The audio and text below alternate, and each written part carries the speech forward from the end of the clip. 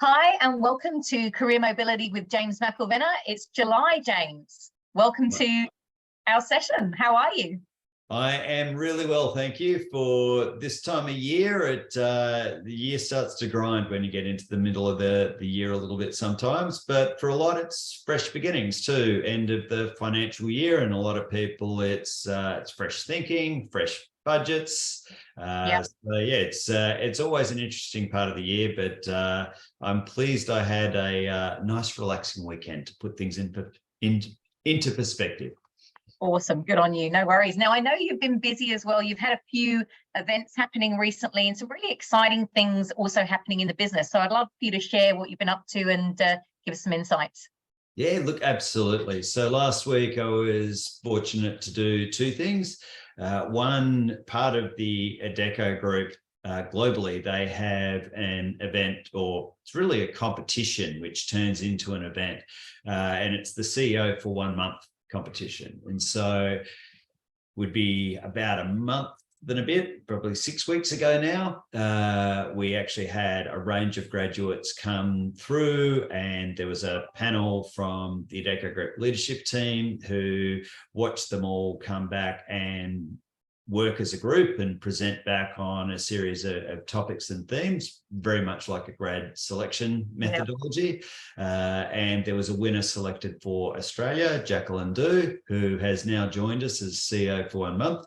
And so she spent time with Nick, myself, Pete, the functional leaders within the business, really just getting to shadow the leaders within the business. And the whole idea is helping graduates who are really very early stage in career to actually understand what leaders do. And also throughout the years, it's resulted in some of our CEO for 1 month prior participants coming back and joining the business as well. So Christina Kim, who's in the business now, leading our environmental and social responsibility components. She was actually a former CEO for 1 month. So I hosted Jacqueline last Thursday, and we also had the capability to go to a CEDA event as part of that day that I spent with Jacqueline. So we basically attended an event which was hosted by CEDA. It was with members from the Uluru Dialogue, and they were basically just debunking the yes vote, what it is, what it isn't, and what a voice to parliament really means. So that was really fascinating. Fantastic. And what came out of that? Are there any particular plans or actions that we're going to be taking as a business? Yeah, look, number one is, LHH has always been, and we're part of the broader Adecco group in committing to, and final stages now of forming up a reconciliation action plan. Secondly, LHH is very much in favour, always has been, of empowering and supporting Indigenous people in Indigenous communities within Australia. And as an extension, it was really important to understand, what the yes vote was and wasn't, because absolutely LHH supports the voice to parliament. However, actually then understanding, because, not every Indigenous person supports the yes vote. Not every Indigenous person sees that that is the right, outcome or the right option for them as a people. So understanding from people who have been involved and engaged in this discussion for a really long period of time was really beneficial. And so the synopsis, without going over the entire event, was that, the individuals that we listened to were talking about the fact that it's about standing up and recognizing and wanting to do something and to start a process to actually give a voice to parliament. Yes, correct. There's a lot to be worked out. So major, people in Indigenous community who have come out on the no side of it have come out on the no side because they're saying it does not go far enough, or it's too light on the details, because even if it passes and we change the constitution, it still needs to be enacted by Parliament as to what it means, what shape it takes. So there's a lot of detail that's not there yet. But the interesting thing they said was, this is really about people determining and looking into their social conscience as to whether they want to do something for Indigenous people or not. Yeah. It said, acknowledge that there's, a lot to be worked out. There's a lot of work that's going to go into post it hopefully passing in the referendum as to what that looks like and the mechanics of everything. Yeah. But short of then moving to treaty or sovereignty, they say it's one step of the journey, whereas those who are saying it doesn't go far enough, we should jump straight to enacting a treaty and bypassing the yes and the voice to parliament.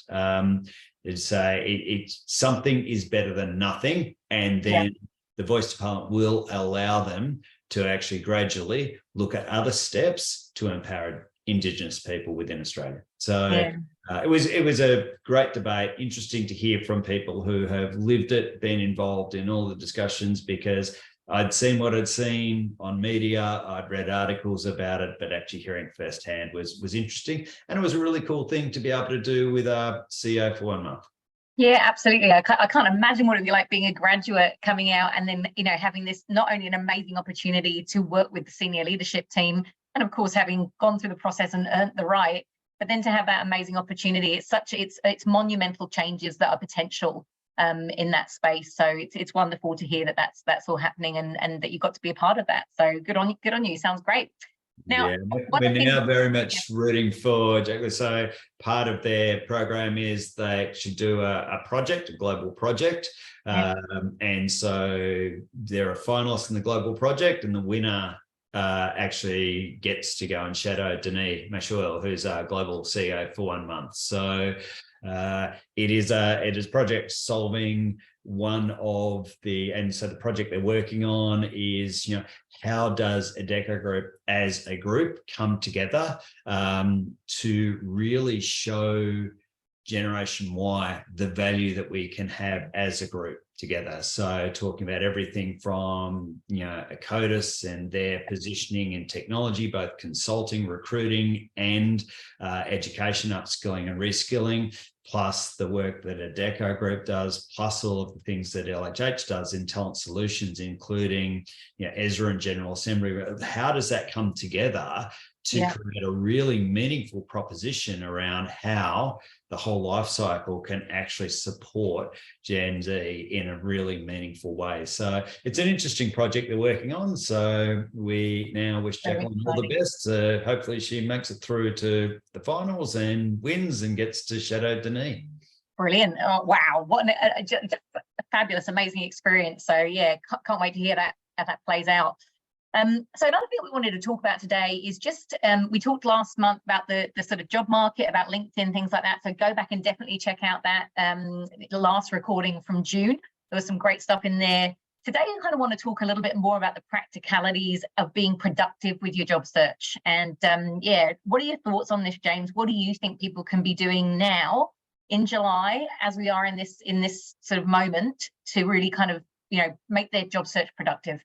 Yeah. So when we did that sort of check-in right at the top of this session, I mentioned that for a lot of people, middle of the year, it can feel like there's things to be excited about, but for a lot of people, it can feel like they've reached the point where it's a bit of a grind at the moment. And I've just come off a leadership check-in this morning where we've been talking about make sure right now it's critically important that you check in on your people.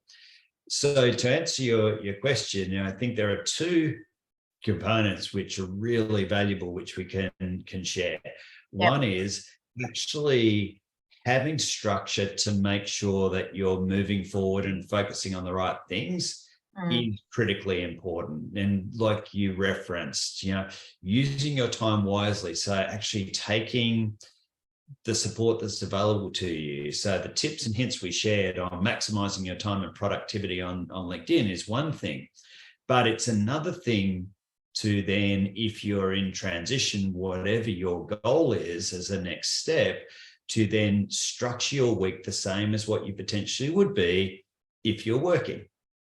Now, I sometimes am guilty of like sort of living to my calendar and seeing what's coming up next and what I've got going on throughout the week. And it's one of the things I reflect on a Monday morning is I map out and I think, well, what have I got this week? Have I got any trouble? What does that mean? How am I actually going to be most effective? Yeah.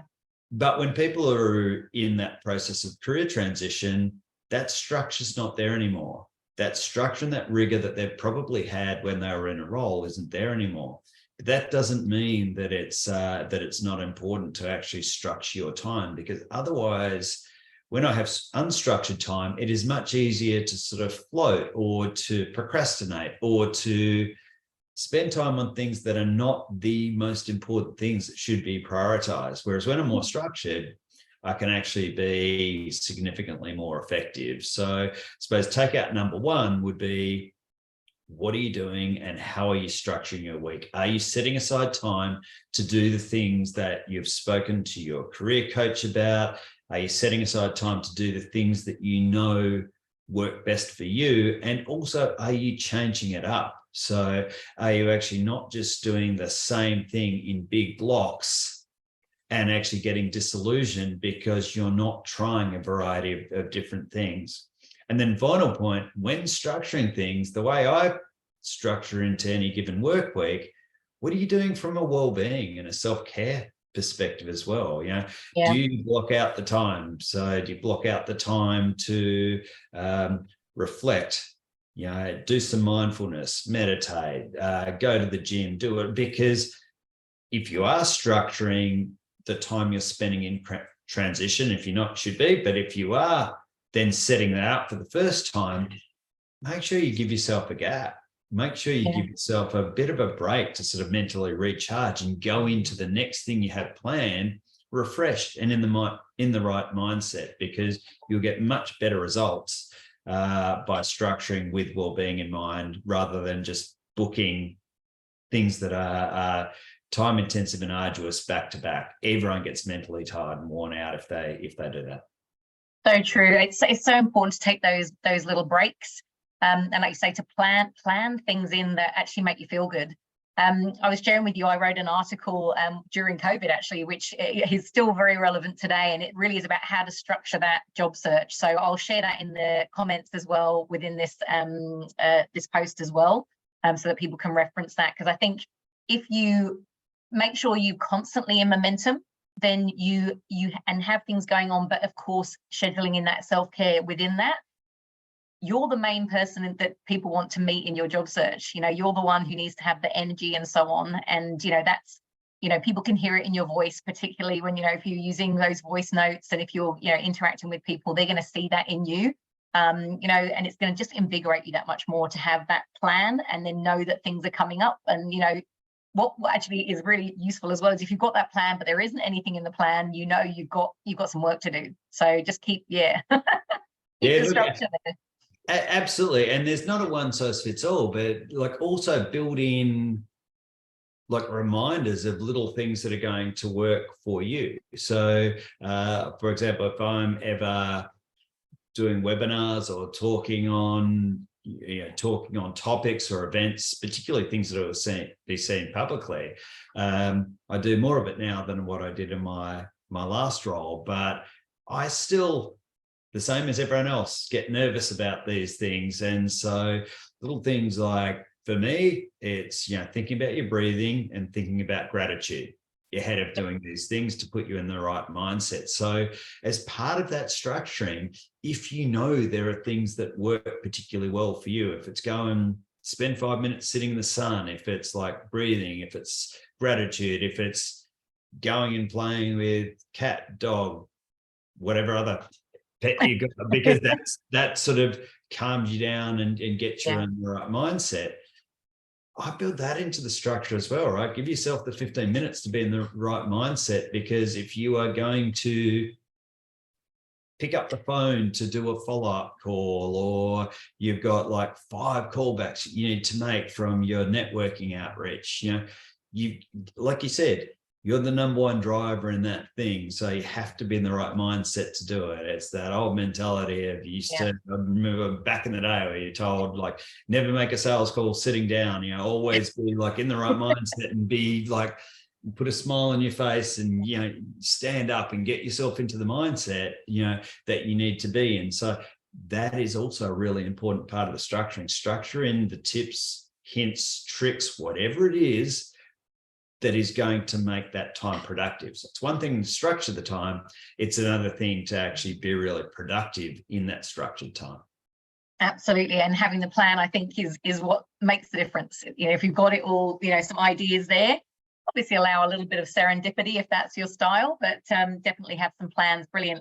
Is there anything else you'd like to cover before we finish up today, James? No, I think they were the main things. It's been, it's been an exciting June for us. We're about to really try and double down in the second half of the year and get, you know, I've got some big, hairy, audacious goals on my planning. And so that would be the final point, is just make sure that when you're putting all this structure in, whether it be personal, professional, job search related, actually make sure there's some things in there that really excite you as well, because whether, you know, and I don't put big, hairy, audacious goals in unless I actually think I've got a chance of doing them. So don't be unrealistic, but stretch yourself. You know, you want to be able to look at this plan and say, there's some things in there that really excite me. You know, the possibility of this coming to fruition excites me. So if that's in there as well, that would be my final point to share today. Fantastic. Wonderful. Well, you have a great month, James, and I look forward to bringing more insights to everybody in August. Wonderful. Thank you, TJ. No worries. Have a wonderful day. Cheers. Cheers.